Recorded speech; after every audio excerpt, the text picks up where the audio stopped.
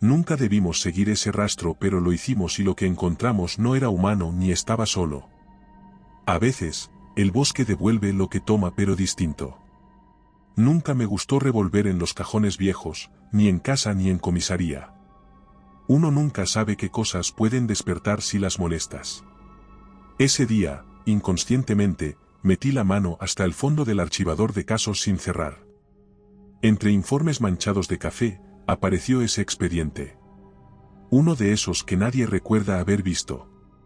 El nombre en la carátula era simple, anodino incluso: Tomás Rivas, desaparición. El sello de prioridad había sido tachado con un bolígrafo y sobreescrito con una palabra: prescindible. Aún no sé por qué, pero, en lugar de dejarlo donde lo encontré, me lo llevé conmigo.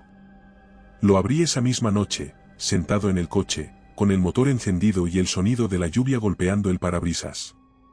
El primer informe era breve, escueto, casi desganado: Tomás Rivas, 27 años, guardabosques en Valle Encinas. La madre informó cuando dejó de recibir sus llamadas.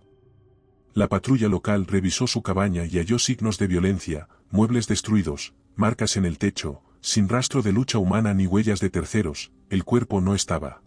Si te gustan las historias de terror, suscríbete y activa la campana. Comencemos. Los animales del bosque habían empezado a comportarse de forma errática.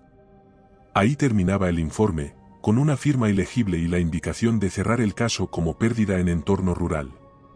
Algo no cuadraba en esa foto de la cabaña, en esas marcas en la madera. Me recordaba a viejos casos que escuché en mis días en la Unidad Especial de Frontera. Casos que los superiores decían que era mejor olvidar. Llamé a Márquez al día siguiente y le dije que preparara las mochilas. Teníamos un caso pendiente en un rincón del mapa donde nadie quería mirar. Él era de los que no preguntaba mucho y aceptó el viaje.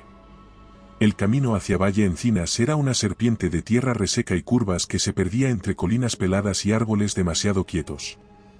El aire se volvió más denso a medida que nos acercábamos, cargado de una humedad pegajosa que se metía en los pulmones. Márquez conducía con una mano en el volante y la otra sosteniendo un cigarro. Tenía esa incomodidad primitiva que uno siente cuando pisa tierra maldita. Entrar en el pueblo fue como cruzar una línea. Las casas eran de madera húmeda y techos hundidos. Un silencio persistente que no era normal, el que se construye a fuerza de miedo y secretos. Estacionamos frente a la tienda que hacía las veces de todo: comisaría, supermercado y oficina postal. Al bajar del coche nos recibió un viento helado que me caló hasta los huesos. Dentro del lugar, el agente local era un hombre gordo y calvo, con bigote tembloroso y ojos vidriosos, que se llamaba Román. Al menos eso decía el cartel plastificado sobre su escritorio de madera roída. Al vernos intentó sonreír, pero fue más bien una mueca. Nos ofreció café frío, lo aceptamos por cortesía. Le preguntamos directamente por Tomás Rivas, su gesto cambió de inmediato. Los ojos bajaron, la voz se quebró un poco. Dijo que lo mejor sería hablar con la madre. Que él no sabía mucho, el chico era raro y solía pasar semanas en el bosque, hablaba poco, leía demasiado. A veces escribía en libretas que nadie entendía. Como si pensar por uno mismo fuera un pecado en ese lugar. Salimos de allí y caminamos hasta la casa de la señora Rivas. Una vivienda encorvada por el tiempo. Ella nos abrió antes de que llamáramos, como si supiera que estábamos allí. Al vernos no lloró ni preguntó nada, solo se apartó y nos dejó pasar. El interior olía a sopa vieja, a incienso y a soledad. En las paredes había fotos del chico, sonriente, uniformado, de excursión, joven, vivo. Tan distinto al aura de vacío que parecía flotar en la casa desde su desaparición. La mujer nos ofreció asiento y cuando le preguntamos por Tomás, nos miró fijamente, sin parpadear. Dijo que su hijo no se había perdido, que se había escondido de algo. Decía los últimos meses que el bosque estaba cambiando, que ya no lo conocía. No se sentía solo allí, sino vigilado, escribía cosas en las paredes de su cuarto. Durante las noches hablaba en sueños en un idioma que ella no entendía pero que le daba un miedo visceral. Yo intenté sacarle más detalles, pero mi amigo, con esa tosquedad de siempre, soltó un comentario sobre la salud mental de los guardabosques solitarios. La mujer le lanzó una mirada tan fría que se me congeló las venas. Nos pidió que saliéramos y cerró la puerta tras nosotros sin despedirse. Tardamos más de 1 hora en llegar a la cabaña de Tomás desde el pueblo. Primero cogimos un camino de tierra que se abría tras la última casa de Valle Encinas y luego seguimos una vereda cada vez más estrecha, bordeada de árboles nudosos que parecían acercarse con cada paso. Márquez iba delante, cortando ramas que colgaban demasiado bajas, y yo lo seguía en silencio, sintiendo como el aire se espesaba y el mundo que conocíamos quedaba atrás a medida que la vegetación se cerraba. El sol apenas filtraba su luz a través de la espesura. Por fin, vislumbramos la estructura entre los árboles. La cabaña parecía abandonada desde hacía años, con el techo cubierto de hojas secas y las ventanas rotas por el tiempo. Al acercarnos noté que la puerta estaba abierta de par en par, colgando apenas de una bisagra oxidada. Mi amigo se adelantó con la linterna en alto y el arma en la otra mano.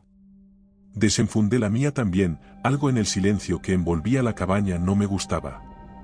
Entramos con cuidado y lo primero que noté fue el olor, una mezcla insoportable de humedad, y algo ácido y amargo que se te quedaba en la garganta. Los muebles estaban destrozados, reventados como si alguien o algo los hubiera destruido desde dentro hacia afuera. Los cristales estaban incrustados en las paredes. Las patas de la mesa clavadas en el techo. En el suelo, dispersas como migas de un camino macabro, había marcas de uñas, profundas, irregulares. Seguimos recorriendo el interior con la linterna. Al llegar al dormitorio principal me detuve en seco. La cama estaba rota, atada con cuerdas en los 4 extremos. Sobre el colchón manchado había correas rotas y manchas de óxido. En el suelo había una libreta empapada que apenas conservaba algunas páginas legibles.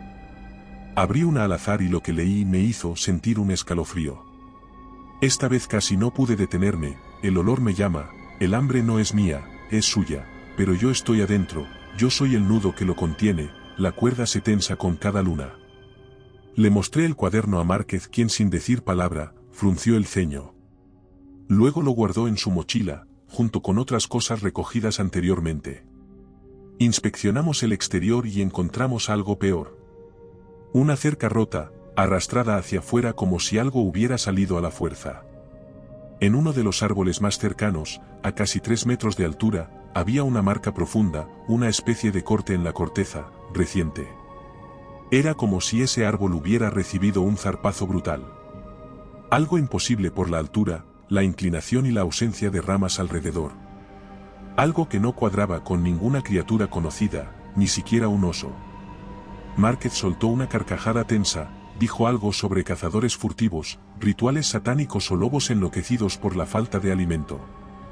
Su risa no engañaba a nadie, temblaba al igual que su voz.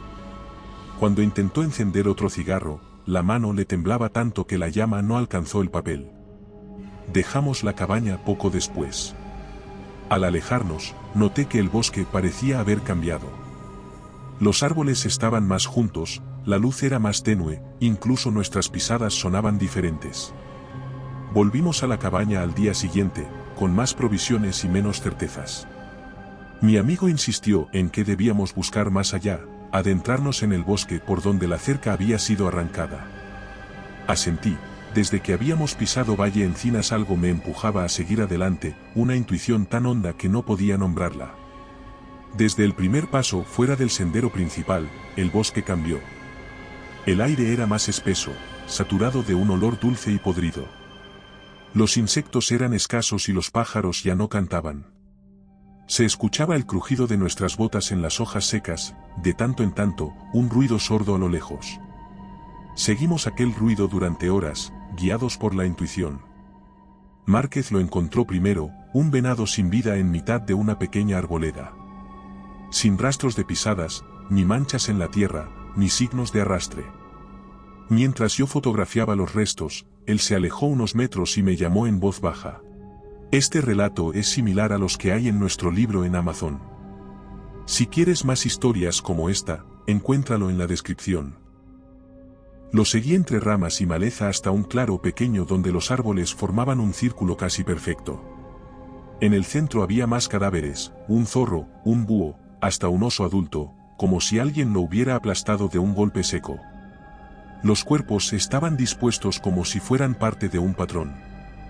Pasamos la noche en un claro cercano, sin fuego, solo con linternas y mantas térmicas, cada uno por su lado, yo escribiendo notas en mi libreta y él limpiando su arma por tercera vez. Intentamos dormir por turnos, pero la noche era inquieta, llena de ruidos, de ramas que crujían donde no había viento, de pisadas lejanas que se detenían cuando abríamos los ojos. A eso de las 3, cuando la niebla bajó como un manto espeso, escuchamos un grito. Era un sonido largo, húmedo, lleno de sufrimiento y furia. Nos pusimos de pie al instante, él desenfundó sin dudar y apuntó hacia la niebla. Encendí la linterna y el haz de luz solo mostraba polvo en el aire, sombras deformadas y árboles inmóviles. El grito se repitió, más cerca, por un momento creí ver una silueta, alta y encorvada, caminando a 4 patas. Cuando intenté enfocar mejor, la figura desapareció entre los árboles con una velocidad antinatural. Nos quedamos congelados. Cuando el sol empezó a clarear, el bosque volvió a parecer menos hostil. Recogimos todo en silencio y por primera vez en años, no hizo ningún chiste. Pasamos la mañana en el hostal repasando lo que habíamos visto en el bosque. Teníamos lo suficiente como para elaborar un informe oficial y pedir refuerzos. No lo hicimos, y aún no sé por qué, tal vez por orgullo, tal vez porque sabíamos que nadie nos creería. Descargamos las imágenes de la cámara térmica. Entre todas las tomas oscuras y distorsionadas hubo una que nos hizo quedarnos en silencio durante minutos. Una figura humanoide, enorme, encorvada, agazapada tras un tronco a unos 12 metros de distancia. Sus ojos reflejaban la luz como 2 brasas. Su silueta parecía tener pelos o protuberancias irregulares en la espalda. Márquez intentó aumentar la imagen, limpiarla, buscar una forma familiar, pero cuanto más la mirábamos, menos humana parecía. Esa tarde decidimos regresar, necesitábamos entender. Al llegar, el claro ya no estaba allí, los árboles lo habían cerrado. El bosque parecía haber cambiado de forma durante la noche. Mi amigo se detuvo bruscamente, levantó el puño en señal de silencio. Me acerqué despacio y vi lo que él veía, un árbol enorme con la corteza rajada por 5 surcos paralelos, largos, profundos. Junto a las marcas, una huella en el barro, demasiado grande para ser humana, pero con forma de pie con dedos y garras. Fotografiamos todo, tomamos muestras del suelo, medimos la profundidad de las marcas, calculamos la distancia de salto desde las ramas cercanas, pero ninguna teoría sostenía lo que veíamos. Cuando el sol empezó a bajar, la niebla volvió a aparecer. Primero en pequeñas volutas como el humo de una vela, luego en oleadas pesadas que lo cubrieron todo en cuestión de minutos. Sacamos las linternas y encendimos las cámaras de pecho. Apenas había encendido la mía cuando escuché un crujido a nuestras espaldas. Giré instintivamente y apunté con la luz. No había nada, solo árboles y niebla. Luego algo se movió, por encima de nosotros. Un salto entre 2 ramas a casi 4 metros del suelo, rápido, silencioso. Corrimos hacia una elevación cercana, buscando campo abierto, algo de cielo, una vista que no estuviera obstruida por ramas y oscuridad. Allí lanzamos el dron, que se elevó zumbando como un insecto, mostrándonos una vista aérea de los árboles. Lo que vimos en la pantalla nos dejó sin palabras. Entre los troncos, algo se movía, esquivando la cámara con una rapidez que desafiaba la lógica. Su forma no era nítida, pero su tamaño era imposible de ignorar. En uno de los fotogramas congelados pudimos ver su silueta, más de 2 metros, brazos largos, espalda curva, piel o pelaje oscuro. La boca era una grieta húmeda que parecía abrirse en mitad del rostro como una herida vertical. El dron cayó segundos después, como si algo lo hubiera derribado desde abajo. Entonces el grito volvió a sonar, más cerca, más largo, más profundo. Sin pensarlo, Márquez disparó hacia el bosque, 2 tiros. No hubo respuesta ni movimiento, solo el eco retorcido de los disparos. Luego, el silencio más denso que he sentido en mi vida, algo que llenaba el aire, que se filtraba en los poros, que te hacía sentir observado desde todos los ángulos aunque no vieras nada. No hablamos en el camino de vuelta. Subimos al cuarto del hostal, cerramos con llave y bloqueamos la puerta con una silla. Conectamos las grabaciones y revisamos los archivos. Las fotos de las marcas en los árboles. La figura captada por el dron antes de caer, la huella en el barro, el audio del grito. Todo apuntaba a una presencia física, real. Ninguna de las bases de datos policiales o ambientales nos ofrecía una coincidencia. Preparamos un informe preliminar. Bajamos a la comisaría del pueblo, nos sentamos frente a Román, el agente local. Leyó las primeras páginas y luego las dejó a un lado como si fueran propaganda de electrodomésticos. Mi amigo perdió la paciencia y le mostró directamente la imagen del dron. El fotograma congelado donde la criatura aparecía entre los árboles con los ojos brillando como faros en la oscuridad. El agente solo parpadeó, luego nos devolvió la tablet y dijo algo inquietante. Hay cosas que es mejor no perseguir, como si estuviera citando una advertencia ajena. Salimos de allí con más preguntas que respuestas y con la certeza de que no íbamos a recibir apoyo, ni del pueblo ni de la central. Intentamos subir el informe al Sistema Policial Nacional, la conexión falló 2 veces y cuando por fin logramos enviarlo, recibimos un mensaje automático de rechazo. El expediente de Tomás ya no existía en la base de datos. Ni como desaparecido ni como ciudadano. Su número de DNI figuraba como dato no válido. Su ficha había sido eliminada completamente. Márquez pensó que era un error del sistema. Quizás la línea estaba saturada o que habíamos cometido algún fallo de carga. Sabía que no era un error, lo habían borrado. Volvimos al hostal con el peso de una conclusión, estábamos solos, y alguien, en algún lugar, no solo lo sabía, sino que se aseguraba de mantenerlo así. Estábamos en el cuarto, con la lámpara encendida, rodeados de papeles y pruebas que nadie quería ver. Mi amigo, en un intento por revisar todo de nuevo, conectó al ordenador la memoria que había recogido de la cabaña. Lo único que apareció fue un fondo negro con una sola carpeta, sin nombre, sin icono, sin fecha. Dudó antes de hacer clic. Entonces se desplegó una lista de archivos. Todos numerados con fechas que coincidían con los últimos meses de Tomás en la cabaña. Había notas, fotografías, grabaciones. Uno de los documentos resaltaba entre todos. Un vídeo, fechado 3 días antes de su desaparición. Lo abrimos sin dudar, lo que vimos fue a él, sentado frente a la cámara, despeinado, con los ojos enrojecidos. Envuelto en mantas sucias y con la cara cubierta de barro seco y moretones. Hablaba en voz baja, como si temiera que algo lo oyera. Dijo que llevaba semanas sin dormir, que algo lo llamaba desde el bosque. Al principio pensó que era una alucinación por el aislamiento, por la soledad. Pero luego empezaron las pérdidas de tiempo, los sueños lúcidos. Los episodios de despertar en mitad de la noche con las manos cubiertas de tierra y algo más. Había empezado a atarse a la cama, tenía miedo de sí mismo. No recordaba haber cazado a los animales que encontraba alrededor de la cabaña.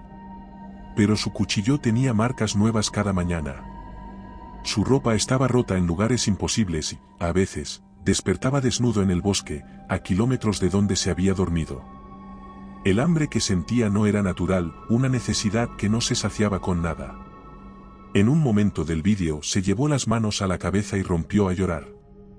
Entre sollozos dijo que había intentado dejar pistas, señales, marcas en los árboles, pero que el bosque las borraba.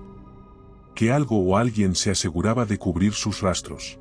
Gracias a nuestros miembros podemos seguir contando estas historias. ¿Quieres apoyar el canal? Encuentra cómo hacerlo en la descripción. Cada luna llena sentía como si su cuerpo se abriera desde dentro, como si se partiera en dos y quedara atrapado en el hueco que dejaban ambas mitades. Había una palabra que no podía pronunciar.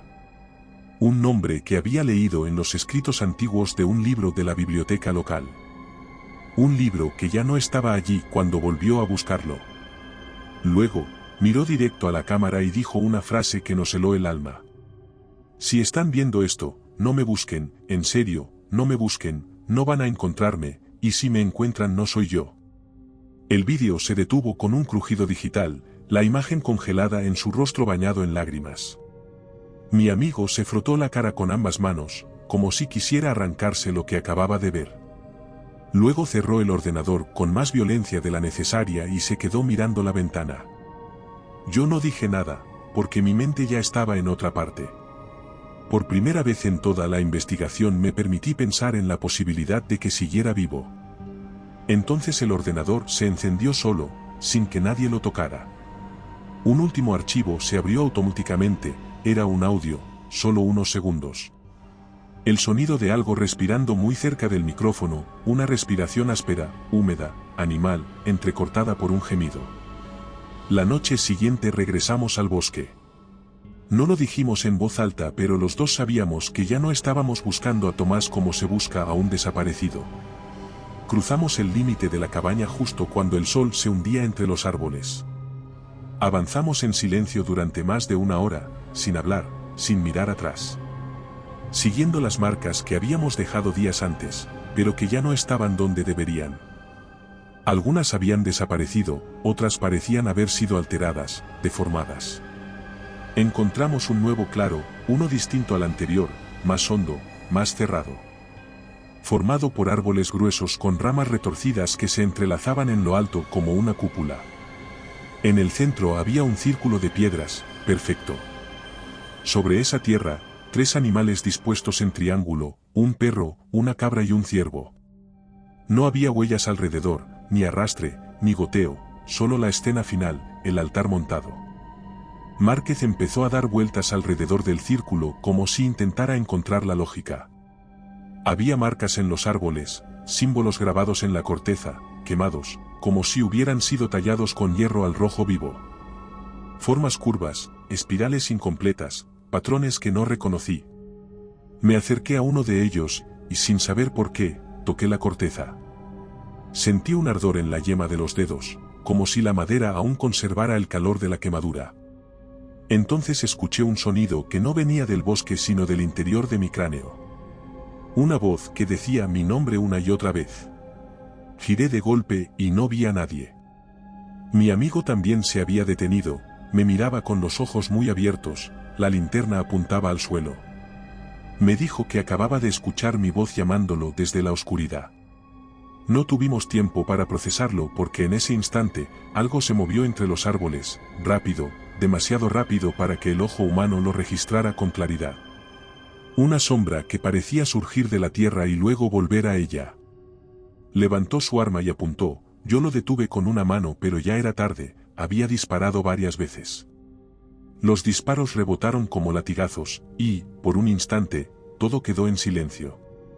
Luego vino el grito, distinto a los anteriores, más agudo, más profundo, una mezcla de dolor y rabia que parecía salir de todos lados a la vez.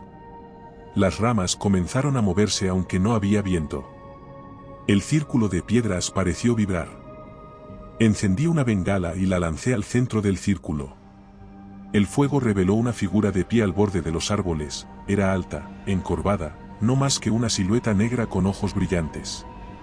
Aunque no podíamos ver su cara, sabíamos que nos miraba, que nos había visto antes, y que ahora había decidido mostrarse.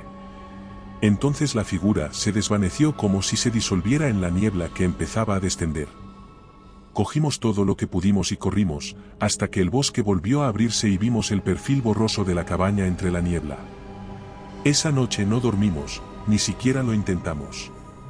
Nos quedamos sentados en el suelo del cuarto con las luces encendidas, las armas cargadas y la mirada fija en la puerta. Había un zumbido constante en el ambiente. Márquez encendía cigarrillos uno tras otro.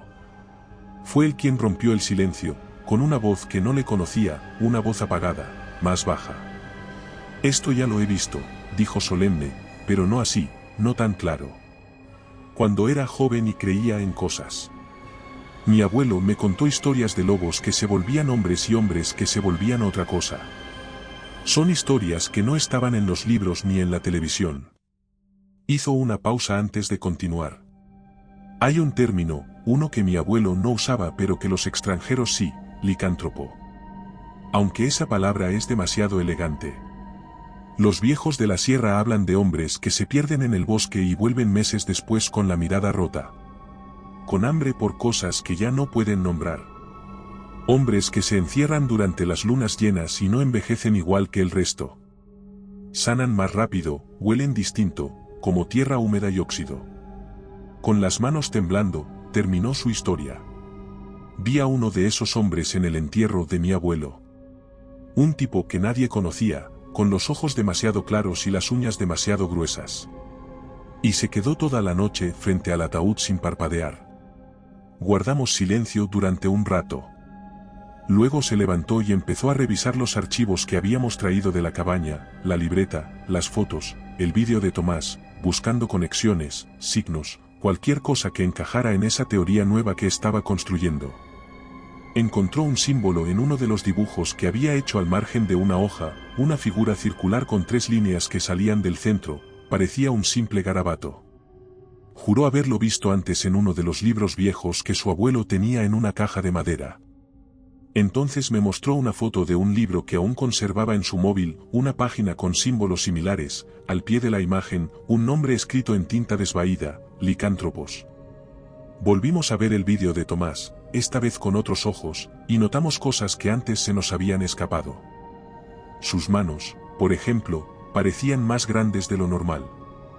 Sus nudillos más oscuros, su piel más gruesa. En un momento del vídeo, cuando apartaba el pelo de su cara, podía verse algo en su cuello. Una marca, una cicatriz circular como una mordida cicatrizada muchas veces. Mi amigo dijo lo que ninguno de los dos había querido decir desde el principio. Creo que no desapareció, cambió. La mañana siguiente el cielo no tenía color y el viento arrastraba un silencio tan áspero que hasta los árboles parecían evitar hacer ruido. Yo me preguntaba si no era una criatura pero tampoco era completamente humano, ¿entonces qué era? Y más importante aún, ¿cómo había llegado a convertirse en eso? Bajé al pueblo solo, dejando a mi amigo hundido en su maraña de mitos y geometrías. Fui directo a la pequeña biblioteca municipal, un edificio polvoriento atendido por una mujer que parecía haber nacido entre esas estanterías. Le comenté sobre lo que investigaba y ella, sin decir palabra, me señaló una mesa al fondo con un gesto apagado. Si te gusta este relato, en nuestro libro encontrarás muchas más historias como esta. Sobre la superficie había 3 carpetas desordenadas y una caja de madera. Pasé horas revisando registros antiguos, periódicos locales, revistas parroquiales y boletines comunitarios. Encontré un artículo sobre una operación de contención biológica llevada a cabo al este del pueblo. Fotografié el artículo y volví al hostal. Al mostrárselos a mi amigo vi cómo se le apagaba la mirada poco a poco, como si la ficción que él había construido con símbolos y leyendas empezara a solaparse con algo más evidente. Juntos buscamos más información en bases de datos militares y científicas. Usando claves antiguas de mi época en unidades especiales. Lo que encontramos fue suficiente para dejarnos sin habla. El proyecto Epsilon era un experimento dirigido por un pequeño grupo de investigadores con financiación privada y autorización encubierta del Estado. Su objetivo era investigar formas de aumentar la resistencia del cuerpo humano en entornos extremos. Para eso utilizaron muestras de ADN animal en combinación con manipulaciones hormonales y ciclos de privación sensorial. El lugar donde se realizaron las pruebas fue una instalación clandestina en la Sierra de las Cadenas, a solo 20 kilómetros del bosque de Valle Encinas. Tomás no fue un desaparecido cualquiera, ni siquiera un enfermo poseído por una maldición antigua. Fue elegido, intervenido, estudiado y luego descartado como un experimento fallido. Márquez dijo que había que ir a ese lugar. Salimos al amanecer, el cielo cubierto por nubes gruesas. Sabíamos que íbamos hacia el este, hacia una zona marcada como instalación abandonada, la que albergó los experimentos del proyecto Epsilon. Fuimos en coche hasta donde la carretera permitía. Luego seguimos a pie cruzando arroyos secos y veredas. Hasta que llegamos a un paso estrecho entre 2 colinas que nos obligó a ir en fila. Avanzamos hasta que el bosque se abrió en una especie de depresión natural del terreno. Un claro hundido rodeado de árboles enfermos, cubiertos de líquenes rojizos y musgo negro. Al fondo, casi oculta por la vegetación, la vimos. Una estructura de hormigón medio enterrada, con una compuerta metálica oxidada. El símbolo apenas visible de una organización gubernamental ya extinta. Nos acercamos con las armas desenfundadas, midiendo cada paso. Al llegar a la puerta descubrimos que no estaba cerrada. Empujamos con cuidado y el sonido del metal oxidado rasgando el suelo fue tan fuerte que ambos retrocedimos por reflejo, apuntando a la oscuridad como si algo fuera a salir en cualquier momento. Dentro, había un pasillo estrecho que descendía en espiral, revestido de paneles grises corroídos por el tiempo y la humedad. Las paredes cubiertas de hongos, el suelo resbaladizo. Bajamos sin hablar, con las linternas encendidas y las cámaras grabando. Cuanto más descendíamos más claro se hacía que ese lugar no estaba realmente abandonado. Las marcas en el suelo eran recientes, había huellas, pisadas arrastradas, manchas secas en las paredes, puertas entreabiertas por donde asomaban habitaciones con camillas oxidadas y cajas de suero rotas. En una de las salas más profundas, un panel eléctrico todavía parpadeaba débilmente con luces intermitentes. Fue allí donde lo perdí. Giré hacia la derecha para inspeccionar una habitación secundaria. Escuché su voz detrás de mí diciendo que iba a revisar el pasillo opuesto y asentí sin mirarlo. Cuando volví la vista, ya no estaba, ni su linterna, ni su cámara. Lo llamé primero en voz baja, luego más alto, y finalmente gritando. Volví sobre nuestros pasos, dejé marcas en las paredes para no perderme. Por fin, encontré su linterna, encendida, tirada en el suelo junto a su grabadora. La recogí temblando y rebobiné los últimos minutos, y lo que escuché fue solo respiración, pasos, un murmullo que no pude entender. Luego, un golpe seco, un arrastre, y el sonido de algo húmedo alejándose. Subí a toda prisa, salí jadeando, con los ojos ardiendo y la mente ofuscada. Me di cuenta de que la compuerta que habíamos dejado abierta ahora estaba cerrada. Como si alguien o algo hubiera querido asegurarse de que nadie más entrara. No recuerdo cuánto tiempo estuve caminando. Sé que crucé la línea entre la lógica y la locura cuando empecé a seguir un olor, que no estaba allí antes, uno que la tierra exhalaba con vergüenza. Una mezcla metálica, sudor, madera podrida y algo más ácido, como el amoníaco del miedo acumulado. Avancé por sendas que no existían, entre ramas que me golpeaban como si el bosque intentara frenarme. Fue al atardecer cuando lo encontré, no porque lo buscara, sino porque el bosque me llevó hasta él. Un claro, uno distinto a todos los anteriores, más grande, más limpio, más ordenado. En el centro un árbol, un coloso de tronco negro y raíces como brazos saliendo de la tierra. Rodeado de marcas talladas que no reconocí pero que el cuerpo entendió antes que la mente. Sentí las piernas ceder un segundo y tuve que apoyarme para no caer, porque allí, entre las ramas como una advertencia, estaba Márquez. Su cuerpo estaba suspendido de los brazos. El rostro visible y sin heridas, como si alguien hubiera querido que lo reconociera. Extendí la mano hacia el tótem que descansaba en su pecho. Apenas lo toqué sentí una descarga, un escalofrío que me recorrió desde los dedos hasta la nuca. El bosque rugió, no con sonido, sino con vibración, como si cada hoja temblara al mismo tiempo. Retrocedí con el corazón martillándome el pecho y me caí de espaldas, mirando el cielo entre las ramas. Entonces escuché algo moverse detrás del árbol. Algo fluido, como si se arrastrara. Aunque no podía verlo, sabía que estaba allí, que me observaba. Me levanté con torpeza y apunté al árbol, apreté el gatillo sin pensar y el disparo retumbó como un trueno entre los árboles, astillando parte de la corteza y rompiendo el silencio. No hubo respuesta, ningún grito, ningún movimiento, solo el viento que se levantó de golpe. Recogí la linterna del suelo y con manos temblorosas apunté al árbol una vez más, esta vez buscando la figura, el cuerpo, lo que fuera que estaba allí, pero no había nada. Lloré sin ruido, con la cara contra la tierra, con los dientes apretados. No quería que me escuchara. Sentía que si hacía demasiado ruido, si mostraba demasiada emoción, eso que estaba en el bosque vendría por mí también.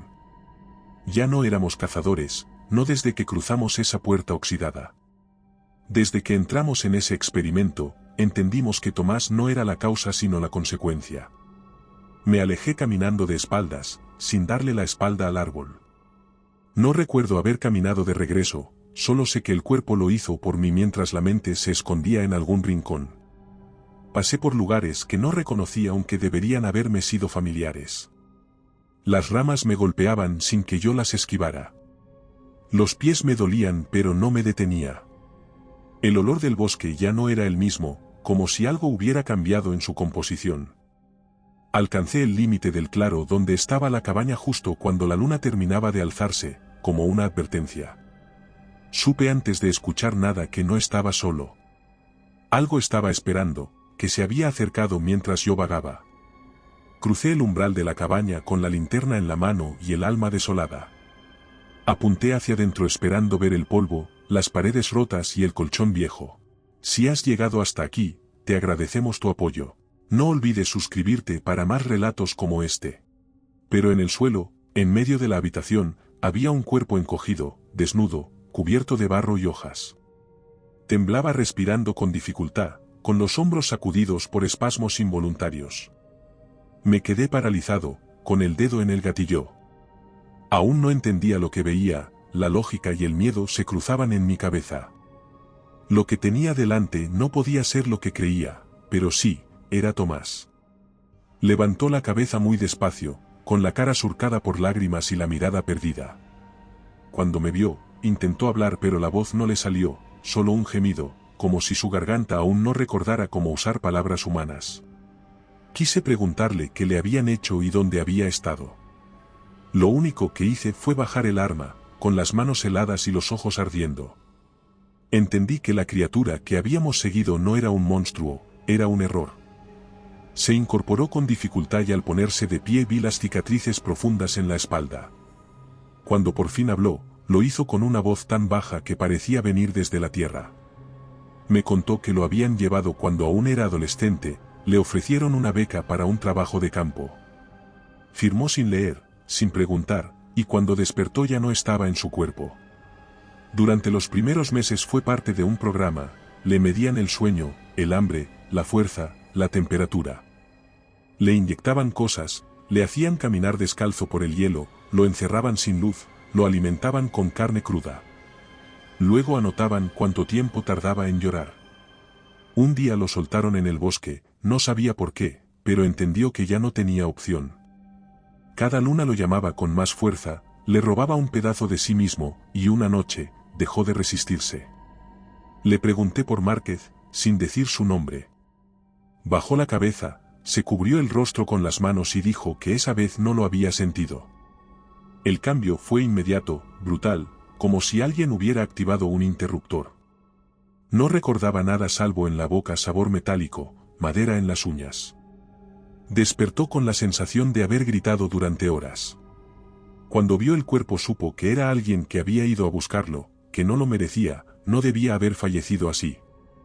Pero que ya no podía controlar lo que era, no del todo, solo en los amaneceres. Cuando la bestia dormía un poco, volvía a ser él unos minutos cada mañana antes de que el hambre volviera. Me acerqué sin pensar, quizás porque ya había visto demasiado, o porque él no era el enemigo que yo había imaginado. Quizás porque en sus ojos seguía viendo al chico de la foto colgada en la casa de su madre. Al guardabosques con uniforme verde y sonrisa rota. Me quité la chaqueta y se la puse sobre los hombros. No por pudor sino porque el frío lo sacudía. En ese momento entendí que no podía entregarlo, no podía encerrarlo, porque no era justo. Nos quedamos allí hasta que la luz empezó a cambiar, hasta que el cielo tomó ese color pálido que anuncia el inicio de la noche. Me dijo que debía irse, no podía quedarse, volvería a cambiar y no quería hacerme daño.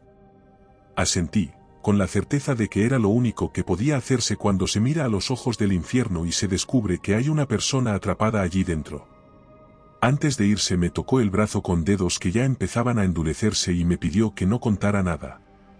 Que nadie debía saber, porque volverían por él y esta vez no lo encerrarían para estudiarlo, sino para destruirlo. Cuando se alejó entre los árboles, cubierto de sombras, no sentí miedo, sentí alivio. Esa noche lo espeluznante tenía nombre, y no era el suyo. Volví al pueblo al amanecer con la chaqueta manchada, los ojos hundidos. Fui directo al coche y conduje durante horas sin saber hacia dónde, hasta detenerme en una estación de servicio olvidada donde me lave a conciencia como si eso bastara para borrar lo que había visto. Volví a la comisaría de Valle Encinas cerca del mediodía. Román me recibió con la misma cara de cartón mojado de siempre. Preguntó por Márquez y le dije que había desaparecido en el monte. Él no dijo nada, solo asintió como quien ya ha escuchado esa historia demasiadas veces. Le entregué una declaración escrita, con los detalles mínimos.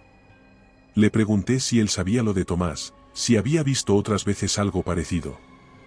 Me respondió con una frase que aún escucho cuando cierro los ojos. Yo nací aquí, y aquí hay cosas que no se cuentan porque también es invocar. Esa tarde conduje hasta una antigua subestación abandonada en mitad de la sierra. Por pura curiosidad, necesitaba saber cómo se encontraba. Dentro había celdas para detenidos, blindadas, con barrotes gruesos y cerrojos que aún funcionaban. Limpié una de las celdas, reforcé las puertas con cadenas. Preparé un espacio lo más digno posible, sabía que él volvería. Alguien debía estar allí para contenerlo. Y así fue. 3 noches después lo vi cruzar el umbral, ya medio transformado.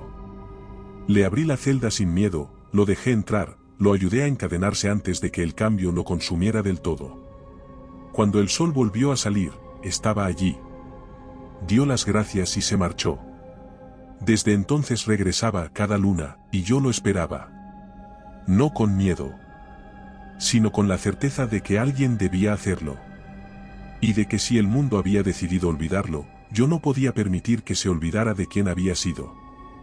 Cada luna llena empiezo el mismo ritual con la precisión de quien no lo hace por costumbre sino por necesidad.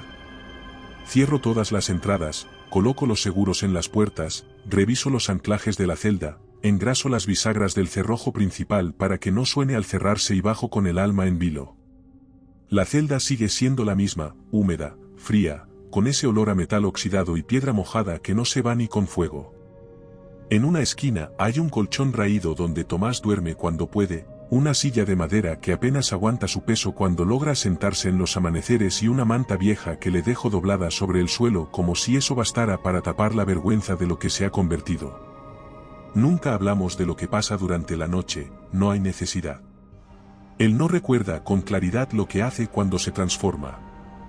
Hablamos al amanecer, cuando los ojos le vuelven al rostro y las manos dejan de ser garras. Cuando me mira con una mezcla de culpa y alivio y me pregunta con la voz rota si esta vez hizo daño. Siempre le digo que no, que estuvo tranquilo, que la celda resistió, que no salió. A veces trae cosas que encuentra en el bosque, objetos de su vida anterior, una foto arrugada de su madre, un libro con las páginas comidas por la humedad, una brújula rota que seguramente fue de alguien que no logró escapar. Los coloca en una caja de madera al pie de su colchón como quien colecciona pruebas de que alguna vez fue humano. 2 semanas después de la última luna vinieron. Llegaron en un coche gris sin distintivos, con vidrios polarizados. Lo vi desde la colina donde suelo esperar que Tomás despierte. Aparcado frente al camino de tierra que lleva a la subestación, 2 hombres bajaron del vehículo, ambos vestidos con trajes oscuros. Uno de ellos me llamó por mi nombre completo, con rango y número de identificación incluidos. Luego mencionó a Márquez, a su familia y a su expediente inconcluso. Preguntaron por Tomás sin decir su nombre, no preguntaron por su estado, ni siquiera insinuaron que lo querían capturar, solo querían saber si el sujeto seguía funcional. No respondí de inmediato, esperé, medí sus gestos, sus ojos, sus silencios, y comprendí que no estaban allí por curiosidad, sino por control de daños, que yo era una variable suelta, un cabo que no habían podido atar del todo cuando el proyecto cayó. Me preguntaron si había notado cambios en su conducta, si el comportamiento del sujeto se mantenía estable. Si las crisis del ciclo lunar habían aumentado o si había riesgo de exposición pública. Cada una de esas frases era una daga contra lo que había hecho para salvar a Tomás. Comprendí en ese momento que ellos no lo habían olvidado. Sabían exactamente dónde estaba y qué era. Simplemente habían decidido dejarme ser su carcelero porque resultaba más barato, más limpio, más eficiente que traerlo de vuelta y ensuciarse las manos otra vez. Si te está gustando este relato, suscríbete. Y recuerda que comentando nos ayudas a llegar a más gente, siempre os leemos a todos. Si no sabes qué comentar, siempre puedes poner misterioso en los comentarios. Contesté que no había habido incidentes, que el sujeto no había abandonado la celda en ningún momento y que la contención se mantenía bajo control. No existían registros ni pruebas fuera de lo que yo guardaba. Mentí sin titubear, con la convicción de quien entiende que la única manera de proteger algo vivo es enterrar la verdad. El hombre asintió, dijo que eso era bueno, que los superiores confiaban en mi criterio. Antes de marcharse me advirtieron que, si algún día el sujeto escapaba, si alguna vez causaba un daño real, volverían en helicóptero, con fuego para todo lo que lo rodeara, incluyéndome. Se subieron al coche y se fueron sin más. No sé cuánto tiempo ha pasado desde la última vez que alguien pronunció mi nombre. A veces creo que ya nadie fuera de estas montañas sabe que existo. Cuando cae la noche y siento el cambio en el aire, cuando las nubes se apartan y dejan paso al ojo pálido que cuelga del cielo, sé que es hora de bajar. No hay ritual que no conozca cada paso, cada llave, cada hebilla, cada golpe suave en la puerta para avisarle que ya estoy aquí. Nunca respondo a sus rugidos ni a los golpes en la pared, solo espero sentado en la oscuridad contando cada minuto hasta que el sol vuelva. Entonces entro a revisar y casi siempre lo encuentro en el mismo rincón exhausto. A veces pienso en si algo fallara, si enfermo o simplemente ya no puedo sostener este pacto que nadie firmó. Pero que aún así me ata más que cualquier juramento. No escribo esperando que alguien lo lea, escribo para recordar que todo esto fue real. No sé cuánto tiempo más podré hacerlo. No sé si algún día cometeré un error, si dejaré una puerta mal cerrada, si mi cuerpo se quebrará sin previo aviso. Entonces el monstruo saldrá y el mundo conocerá su rostro. Pero mientras eso no ocurra, mientras mis manos puedan sostener las llaves y mis ojos puedan distinguir su rostro del de la criatura, seguiré bajando cada luna. Y si estás leyendo esto, entonces quizás ya no estoy aquí. Quizás las cadenas están rotas. Quizás el grito volvió a escucharse más allá del bosque. Y si es así, solo puedo decirte que no busques venganza, solo busca un lugar seguro. Y no hables del caso. Porque lo que queda de Tomás aún escucha su nombre. Y no siempre es él quien responde. Tal vez esta historia haya terminado, pero muchas más te esperan. Aquí tienes otra que no deberías oír a solas. Si prefieres relatos más breves, visita nuestro canal de relatos cortos. Y si quieres llevar el terror contigo, nuestro libro en Amazon tiene historias exclusivas. Buenas noches, desde Terreno Misterioso.